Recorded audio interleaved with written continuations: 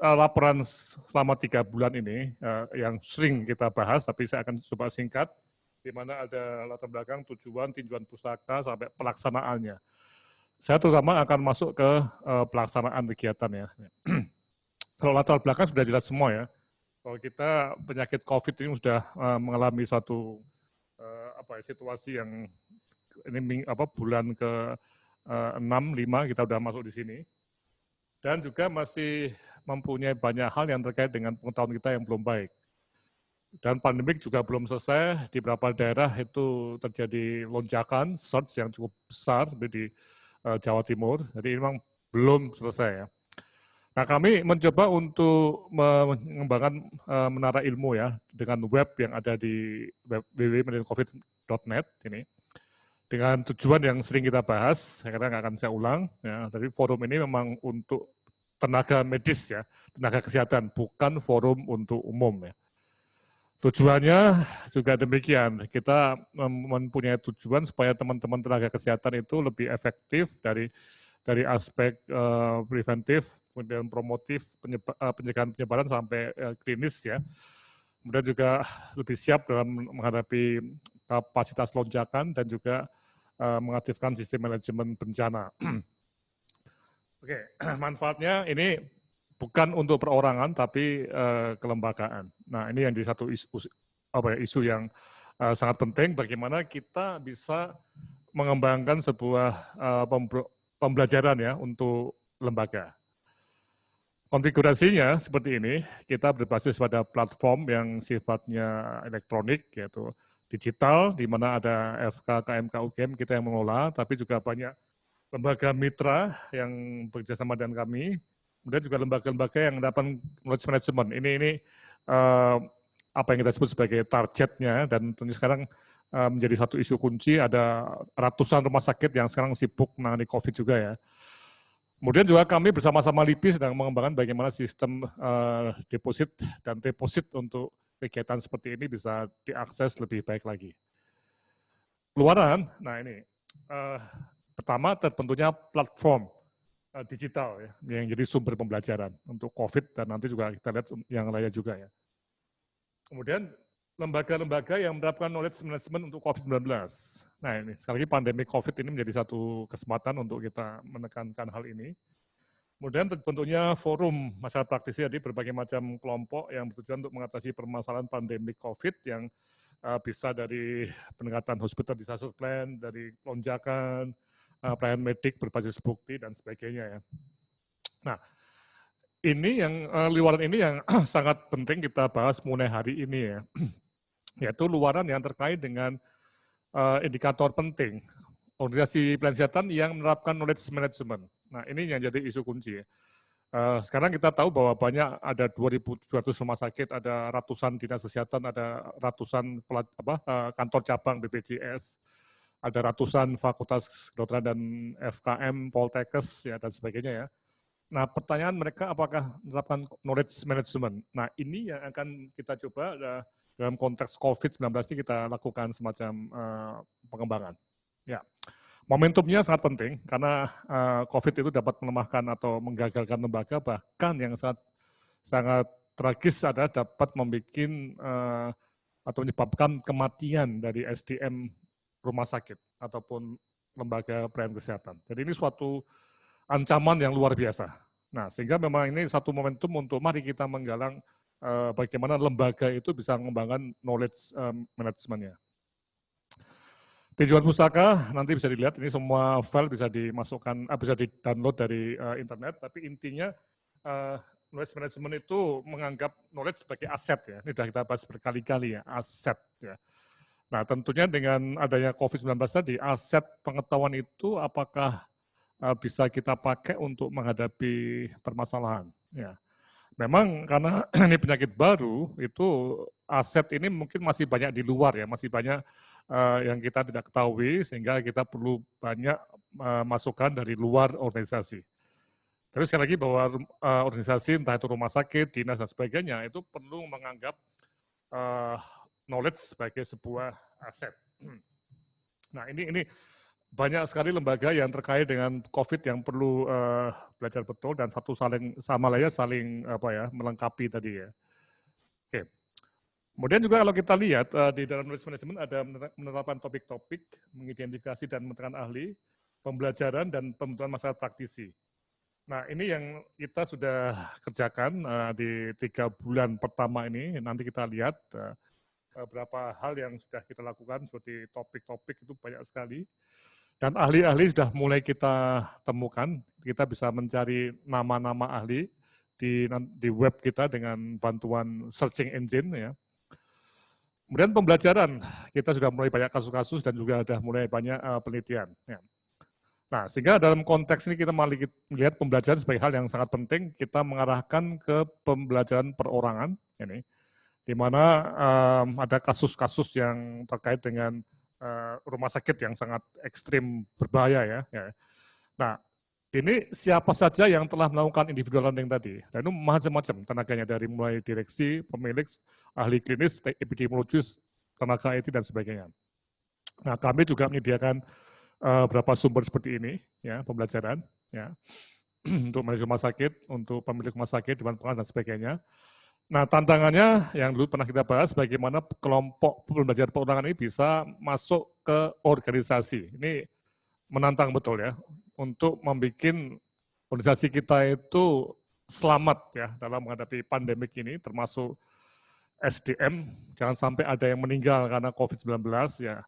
Ini betul-betul satu tantangan yang sangat-sangat luar biasa.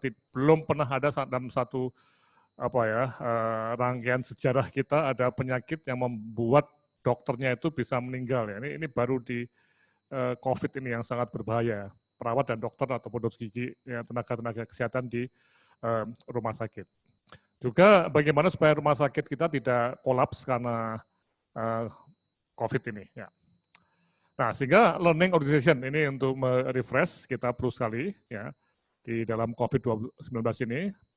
Nah, tantangannya bagaimana kecepatan itu masuk dalam suatu sistem yang kalau kita lihat pendekatan knowledge management ini juga harus bisa, nah ini, menampung atau mencakup ilmu-ilmu dari biomedik molekuler sampai ke kesmas dalam waktu cepat. Nah ini, mohon dilihat ya bahwa pengetahuan kita ini pengetahuan yang sangat lebar ya, yang harus kita cari, kita kumpulkan.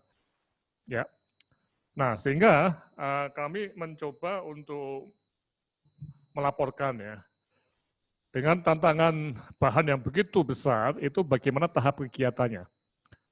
Yang pertama memang ya, kita melihat dari sejak awal pandemik, kita masuk tahap pertama, yaitu identifikasi dan penyebarluasan pengetahuan baru mengenai COVID-19. Kemudian tahap kedua, mulai bulan ini, kita mengembangkan pembelajaran organisasi. Jadi yang tahap pertama tadi banyak pada pembelajaran perorangan. Kemudian tahap ketiga, nanti bersama-sama LIPI juga, kita akan mencoba mengembangkan taksonomi dan manajemen isi tentang COVID-19. Dan tentunya juga ada topik-topik lainnya ya, yang mungkin terkait. Oke, saya akan melaporkan ya, pada tahap pertama, ini kegiatannya sudah berjalan, banyak sekali, ada sekitar 150-an ya webinar ya, dan pelatihan-pelatihan, dan kita lihat dari bulan pertama memang menurun terus jumlahnya, memang bagus ya. Artinya memang di bulan pertama itu banyak yang masih belum paham sehingga belajar ya, dan juga mungkin pada waktu itu belum banyak lembaga yang membuat webinar, yang saat ini sudah banyak sehingga menurun ya. Ini hal yang memang bagus ya. Tapi apakah webinar dan penyebaran luas pengetahuan baru itu bisa mempunyai social impact ke masyarakat ini yang belum jelas ya. Jadi kita akan mencoba mencermati ini, karena memang pengetahuan-pengetahuan itu masih sedikit ya. Jadi ya masih berupa artikel di jurnal yang itu pun artikel di jurnal masih sering kontroversial ya, seperti hebohnya pemakaian hidrokloroquine oleh di Lancet ya. Kita bayangkan ya, jurnal yang sangat berpengaruh seperti Lancet pun juga mempunyai masalah dengan kebaruan ilmu yang kompleks tadi ya. Ada juga konsep-konsep atau opini-opini ahli, pengalaman-pengalaman terbatas, kerja pemerintah dan juga penelitian yang terbatas. Nah, ini yang masuk ke webinar. Nah, apakah ini bisa memberikan social impact? Ini belum tentu ya. Ya. Nah, karena pengetahuan mengenai COVID-19 masih terbatas. sekali lagi ya, ini tadi dalam konteks artikel tadi juga masih belum jelas betul ya, sehingga mutu pelayanan klinis juga mungkin masih terpengaruh. Nah, sehingga jalur yang dikerjakan selama 3 bulan ini itu memang lebih banyak webinar, diskusi, dan training ya. Tapi kita belum mempunyai apa yang disebut sebagai penelitian. Jadi kita banyak menggunakan webinar dan training seperti ini.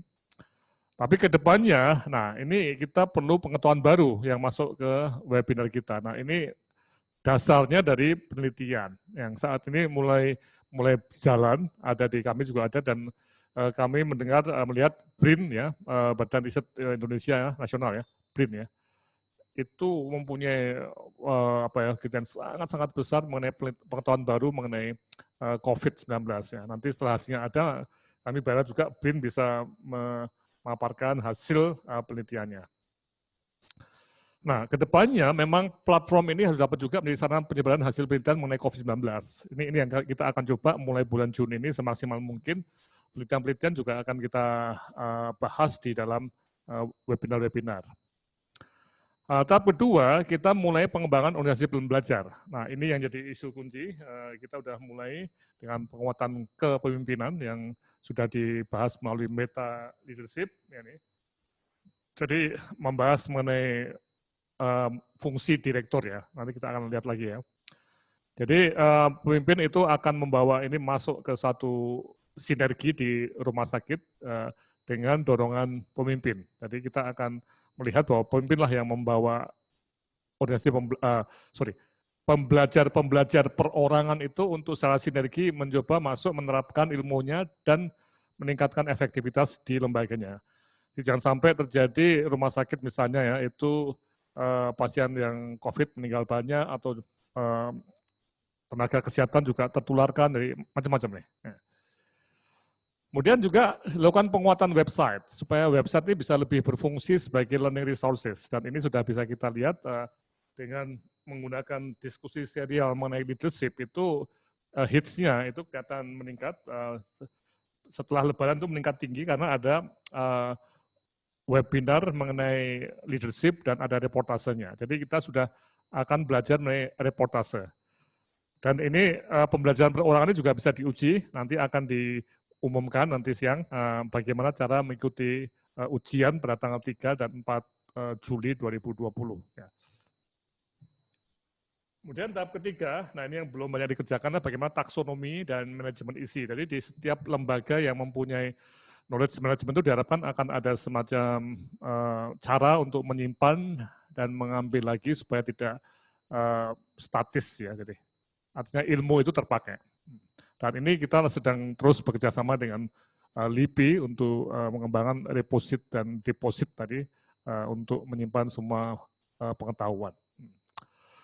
Oke, sebagai penutup, ya kita bertekad untuk dapat aktif mendorong penciptaan dan penyebaran pengetahuan baru tentang COVID-19 di Indonesia. Dan ini sudah kita lakukan selama 3 bulan ini dengan cukup intensif, sudah banyak. Ya. Kemudian kita ini juga mempunyai unsur kebaruan dan inovasi dalam penerapan manajemen pengetahuan untuk mendukung kolaborasi di berbagai pihak terkait. Ya. Jadi kami mencoba untuk menyusun program ini bukan satu program yang asal jadi, tapi betul-betul mempunyai metode dan pentahapan tadi ya yang bisa kita kendalikan. Ya. Nah sehingga mulai bulan keempat ini atau Juni ini kita tahapannya masuk ke pembelajaran organisasi yang nanti pada sesi kedua kita akan bahas mulainya dari mana. Nah, ini penting karena tanpa kita memanfaatkan ilmu untuk organisasi, jangan-jangan apa yang kita kerjakan itu sia-sia untuk organisasi kita dan tidak memberikan social impact ke masyarakat.